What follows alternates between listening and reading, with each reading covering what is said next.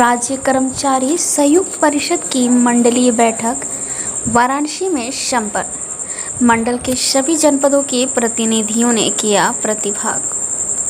कर्मचारी की समस्याओं पर प्रदेश अध्यक्ष JN तिवारी ने विस्तार से कराया अवगत। 30 जून के बाद लखनऊ में होगी केंद्रीय कार्यकारिणी की समीक्षा बैठक। राज्य कर्मचारी संयुक्त परिषद उत्तर प्रदेश की मंडलीय बैठकों के क्रम में 29 अप्रैल शुक्रवार को वाराणसी मंडल की बैठक चित्रा चिकित्सालय पंडित दीनदयाल उपाध्याय अस्पताल वाराणसी में संपन्न हुई। बैठक को राज्य कर्मचारी संयुक्त परिषद के प्रदेश अध्यक्ष JN तिवारी ने संबोधित किया। उन्होंने अपने संबोधन में अवगत कराया है कि सरकार कर्मचारियों की मांगों पर धीरे धीरे आगे बढ़ रही है। संयुक्त परिषद के अध्यक्ष JN तिवारी ने योगी आदित्यनाथ को प्रदेश में दोबारा मुख्यमंत्री चुने जाने पर बधाई देते हुए अपेक्षा किया है कि कर्मचारियों की उन मांगों पर जिन पर चुनाव के कारण निर्णय हो सका, सरकार राज्य कर्मचारी संयुक्त परिषद के प्रतिनिधिमंडल के साथ वार्ता करके शीघ्र निर्णय कर देगी। JN तिवारी ने अवगत कराया कि राज्य कर्मचारी संयुक्त परिषद के मांग पत्र में से कई मांगों पर निर्णय हो चुका है। कोविड से ग्रसित कर्मचारियों के लिए 30 दिन का विशेष आकस्मिक अवकाश दिया जाना, आशा बहुओं के लिए 3500 रुपये का फिक्स मानदेय, आंगनबाड़ी रसोइयाँ, चौकीदार, बेसिक शिक्षा परिषद के संविदा शिक्षकों का मानदेय बढ़ाया जाना, रिक्त पदों को भरा जाना, जुलाई तक पदोन्नतियां पूरा किया जाना, आउटसोर्स पर काम कर रहे स्वास्थ्य कर्मियों को नियमित नियुक्तियों में वरीयता दिया जाना, आउटसोर्स कर्मचारियों को सेवा से पृथक नहीं किया जाना चाहिए, NPS में पेंशन 45% तक किया जाना, NPS योजना में मृतक कर्मचारी के लिए पारिवारिक पेंशन की व्यवस्था किया जाना, कर्मचारियों की समस्या के निस्तारण के लिए पोर्टल का शुभारंभ किया जाना जैसे कई मांगे संयुक्त परिषद के मांग पत्र से मांगी जा चुकी है। लेकिन अभी भी कई महत्वपूर्ण मांगों पर निर्णय बाकी है, जिसके लिए मंडलीय बैठकों के माध्यम से जागरूकता अभियान चलाया जा रहा है। कर्मचारियों के वेतन संशोधन में गुणांक फैक्टर 3.65 किया जाना, कोविड के दौरान काटे गए नगर प्रतिकर भत्ता का भुगतान कराया जाना, जनवरी के देय 3% महंगाई भत्ते की किस्त का भुगतान किया जाना, आशा बहुओं को फिक्स किया गया है रुपये 3500 का मानदेय, 12,000 को कोविड भत्ता की धनराशि का भुगतान कराया जाना,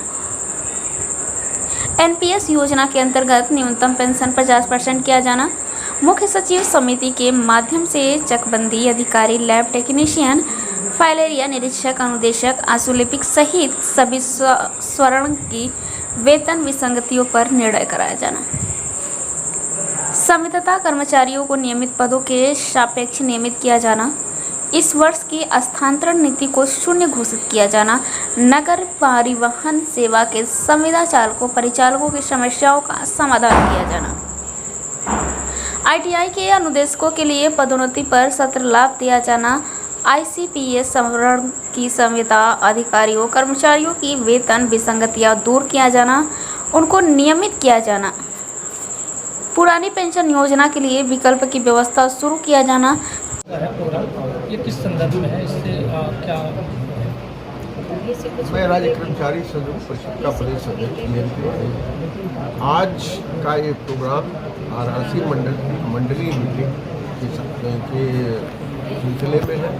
राज्य कर्मचारी संयुक्त परिषद की फरवरी में बैठक हुई थी, जिसमें ये तय किया गया था कि चुनाव के बाद प्रत्येक मंडल में मंडलीय बैठक करके कर्मचारियों में एक जन जागरण अभियान चलाया जाएगा।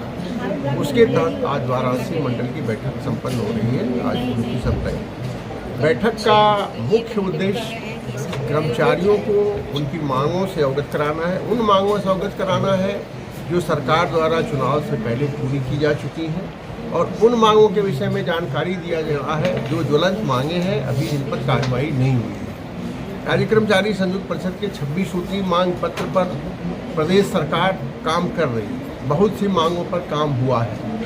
कोविड में जो कर्मचारी कोविड से ग्रसित हो गए थे, उनके लिए परेशानी थी कि उनको छुट्टी नहीं मिल रही थी, वो 30 दिन के विशेष आकस्मिक अवकाश देने का आदेश सरकार ने किया है। प्रदेश में जो विभिन्न विभागों में लाखों पद खाली पड़े हुए हैं, उन पदों को भरे जाने का आदेश सरकार ने कर दिया है। जितनी पदोन्नतियां हैं उन पदोन्नतियों को जुलाई तक पूरा करने का आदेश सरकार ने कर दिया है। एक सबसे बड़ी डिमांड हमारी ये थी कि कर्मचारियों के लिए और पेंशनर्स के लिए एक ई पोर्टल डेवलप कर दिया जाए, जिससे कर्मचारियों और पेंशनर की समस्याओं का समाधान हो सके। उस पर भी आदेश हो गया है और 1 मई को माननीय मुख्यमंत्री जी पेंशनर्स के लिए ई पोर्टल का शुभारंभ कर रहे हैं। प्रदेश के हर कोषागार में, हर जिले के कोषागार में, आपके वाराणसी के कोषागार में भी ऑनलाइन ये कार्यक्रम होगा। 11 बजे से लेकर 11:45 तक मुख्यमंत्री जी का कार्यक्रम है। उस पोर्टल के जारी हो जाने से पेंशनर को, जैसे विशेष रूप से जो अतिवृद्धजन है। आप देख रहे हैं हकीकत की जंग, हर खबर तह तक।